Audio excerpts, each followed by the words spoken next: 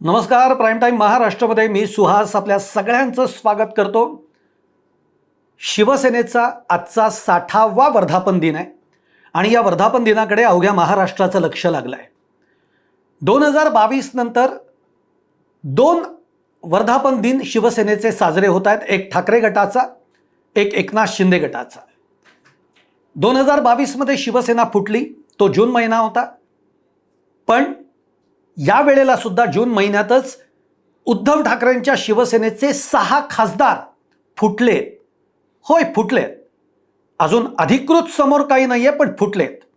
आणि या फुटीच्या उंबरठ्यावर हा वर्धापन दिन संपन्न होतोय एकनाथ शिंदे गटाचा.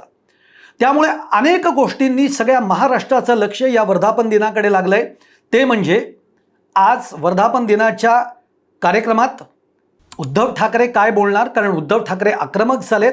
संजय राऊत ज्या पद्धतीची भाषा बोलतायत, त्यांनी माध्यमांच्या समोर ते जे बोललेत ते बघता आज उद्धव ठाकरे काहीतरी असं बोलणार आहेत की ज्यामुळे अवघ्या महाराष्ट्राचं लक्ष उद्धव ठाकरेंच्या बोलण्याकडे लागलंय. एकनाथ शिंदे काय बोलणार? एकनाथ शिंदेंच्या व्यासपीठावर जे फुटलेले हे 6 खासदार आहेत ज्यांनी उद्धव ठाकरेंची साथ सोडली, ते फुटीर खासदार हे एकनाथ शिंदेंच्या मंचावर उपस्थित राहणार का, हा दुसरा प्रश्न आहे. आणि तिसरा सगळ्यात महत्त्वाचा प्रश्न आहे की संजय राऊत म्हणालेत त्या पद्धतीने आज जर हे 2 मेळावे साजरे होत आहेत तर असं बोललं जातंय की या मेळाव्यांच्या दरम्यान काही राडा होऊ शकतो का, हा देखील एक मुद्दा आहे. आणि त्यानंतर सगळ्यात कळीचा मुद्दा आहे तो म्हणजे उद्धव ठाकरेच्या गटानं जो व्हीप बजावला आहे, तो व्हीप बरेच ट्विस्ट निर्माण करणार आहे. नेमकं काय आहे हे सगळं प्रकरण आपण बघणार आहोत या व्हिडिओमधनं. तुम्हाला व्हिडिओ आवडला तर लाईक करा, शेअर करा, चॅनल सबस्क्राईब करायला विसरू नका आणि तुमच्या कमेंट देखील कमेंट बॉक्समध्ये जरूर टाका. आज काहीही झालं तरी महाराष्ट्रामध्ये चर्चा झडती आहे ती उद्धव ठाकरेंचे जे 6 खासदार फुटलेत आणि त्यांनी एकनाथ शिंदेंच्या शिवसेनेमध्ये प्रवेश करण्याचं जे निश्चित केलेलं आहे. उद्धव ठाकरेंनी बोलवलेल्या संसदीय बैठकीला हे 6 खासदार अनुपस्थित राहिले आणि असं बोललं जात आहे की या 6 खासदारांनी मिळून एक गट तयार केलेला आहे संसदेमध्ये. याबाबतचं एक पत्र लोकसभा अध्यक्ष ओम बिर्ला यांच्याकडे दिलेलं आहे. ते दिलंय का नाही अजून अधिकृतपणाने काहीही समोर आलेलं नाही.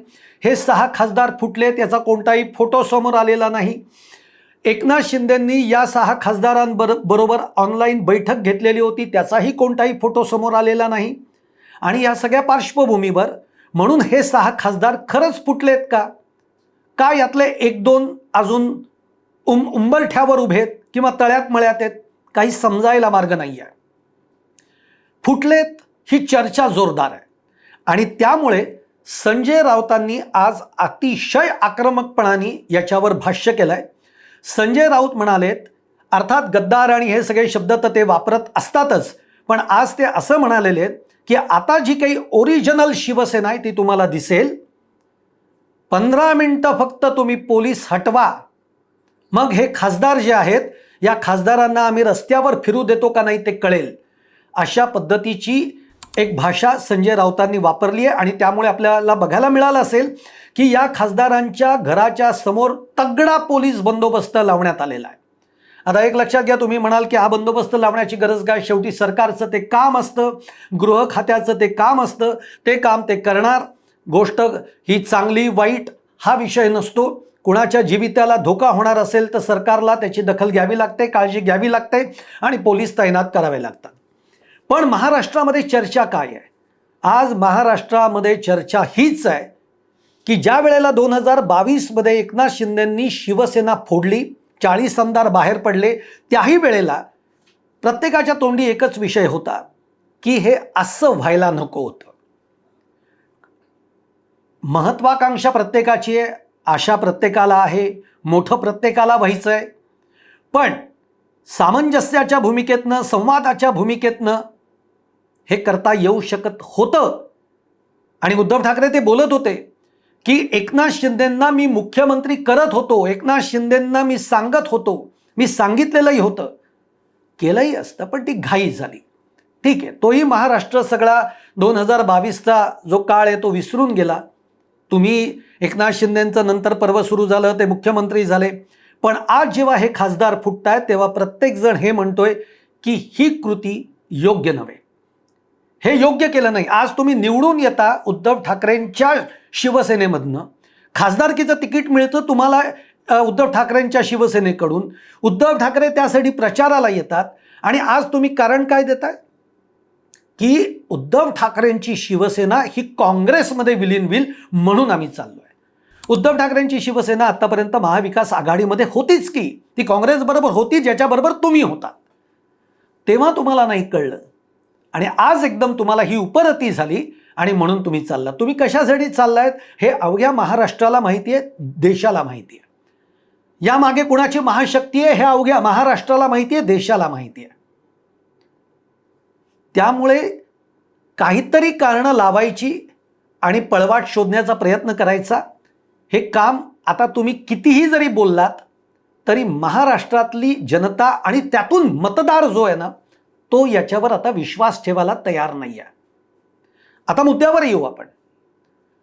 उद्धव ठाकरेंच्या शिवसेनेनं 3 ते 4 दिवसापूर्वी संसदीय बैठक बोलवली, ज्याच्यामध्ये त्यांनी व्हीप बजावला की या बैठकीला सगळ्या खासदारांनी उपस्थित राहायचं आहे.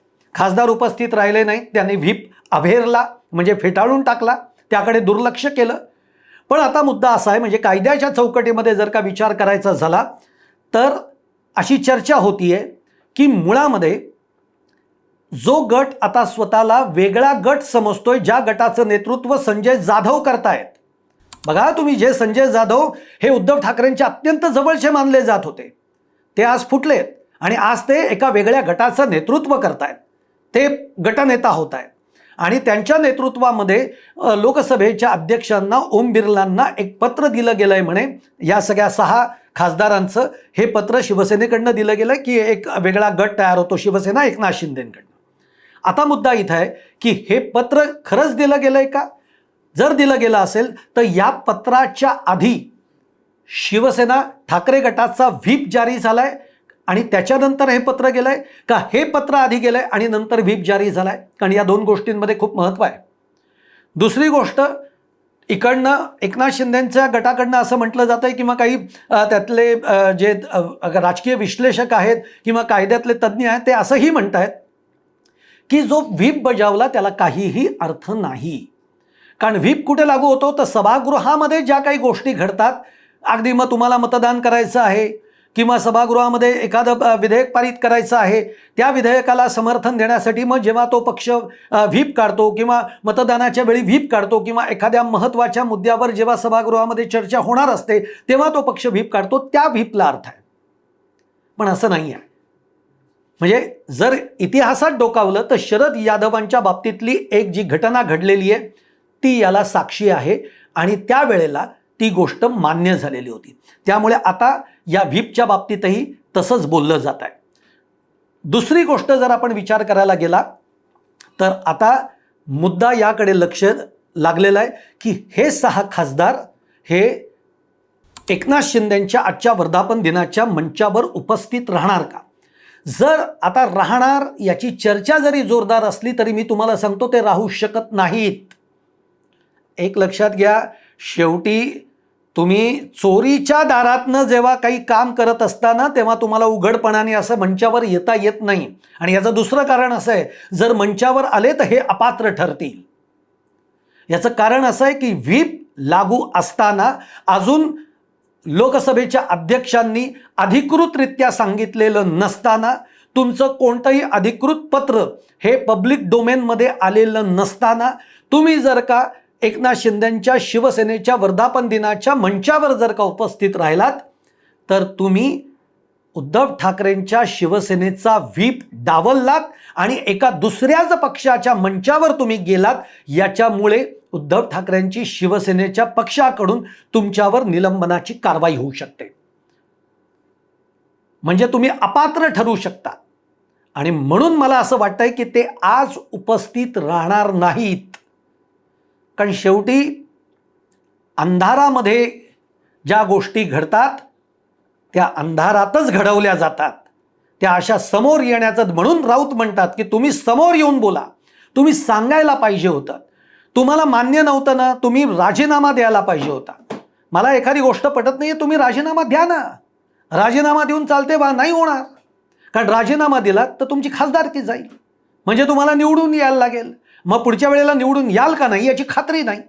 आणि म्हणून मग गट करायचा आणि गट करून बाहेर पडायचं. ही जी काही 2/3 मेजॉरिटीची जी काही आपल्याकडे कायद्यातली परिशिष्ट 10 मधली जी काही एक व्यवस्था आहे, त्या व्यवस्थेचा आधार घ्यायचा आणि मग ते करायचं. पण एक लक्षात घ्या, कधीतरी कालांतराने या सगळ्या गोष्टींवर विचार करावा लागेल. कारण आता इतक्या या गोष्टी घडतायत, म्हणजे एकदा घडली दोनदा घडली ठीक आहे, मतदार समजत असतो हे राजकारण आहे. पण आता हे राजकारण अशा पद्धतीच्या टोकावर जायला लागलेलं आहे. आज आप फुटतो, आपचे खासदार फुटतात, ते भाजपमध्ये जातात. तृणमूल काँग्रेसचे खासदार फुटतात, ते स्वतंत्र गट तयार करतात, ते एका वेगळ्या पक्षात जातात. आता शिवसेना उभाठातले खासदार फुटत आहेत, त्यांचा वेगळा गट तयार होतोय आणि ते एकनाथ शिंदेच्या गटामध्ये जातील. उद्या राष्ट्रवादीची चर्चा सुरू झाली आहे. आता आमदारांची चर्चा सुरू झाली आहे. 2/3 मेजॉरिटी असली की आम्ही गट करायला मोकळे झालो. त्यामुळे आता खरोखर या 2/3 मेजॉरिटीच्या कायद्यावर विचार होणं गरजेचं आहे, असं आता अनेक राजकीय विश्लेषक, कायदे पंडित हे त्याच्यावर म्हणतायत. तरच कुठेतरी या गोष्टींना आळा बसेल, नाही तर काय राहिलं.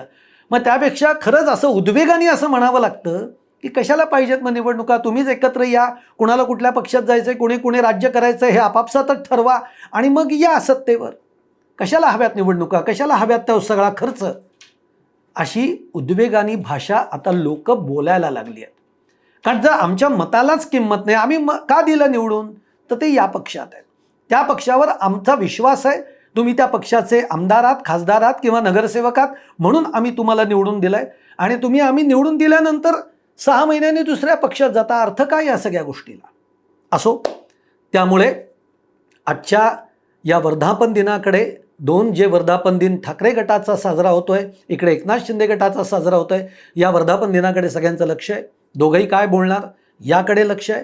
आणि खरंच हे खासदार उपस्थित राहत आहेत का, उपस्थित राहू शकणार नाहीत, पण ते राहत आहेत का नाही हेही बघणं फार इंटरेस्टिंग आहे. याच्या अपडेट्स जे आहेत ते आम्ही तुमच्यापर्यंत पोहोचवत राहूच. तुम्हाला माझा हा व्हिडिओ आवडला असेल तर नक्की लाईक करा, शेअर करा, चॅनल सबस्क्राईब करायला विसरू नका. धन्यवाद.